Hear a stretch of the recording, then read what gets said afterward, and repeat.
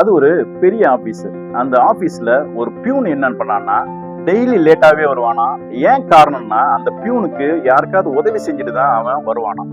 அப்படி இருக்கும் பட்சத்துல ஒரு நாளைக்கு என்ன மச்சான், அந்த பியூனு ரொம்ப லேட்டா வந்துட்டு இருந்தானாம். அப்பவும் மேனேஜர் பிடிச்சு ரொம்ப திட்டு திட்டுன்னு திட்டிட்டு, அவன நீ வீட்டுக்கு போ அப்படின்னு சொல்லிட்டு அனுப்பி விட்டாராம். அவனும் வீட்டுக்கு போனா நம்மளுக்கு என்ன பண்றது? நம்ம உதவி செஞ்சுட்டு வந்தோமே, அவங்கள போய் பார்க்கலாம்னு சொல்லிட்டு ஆஸ்பத்திரிக்கு போய் அவங்கள பார்த்துட்டு இருக்கானா. அப்போ அந்த ஆஸ்பத்திரியில இவன் ஒருத்தரை கொண்டு போய் அட்மிட் பண்ணிட்டு வந்திருக்கவங்க அம்மா என்ன சொல்லுவாங்களாம், அவங்களுடைய அப்பா இப்ப வந்துருவாரு, அவர் உங்களுக்கு ரொம்ப தேங்க்ஸ் சொல்ல சொன்னாரு, நீங்க இல்லாட்டி இந்த பையன் இறந்து போயிருப்பான் அப்படின்னு சொல்லிட்டு சொன்ன உடனே அவன் வெயிட் பண்ணிட்டு இருந்தானா.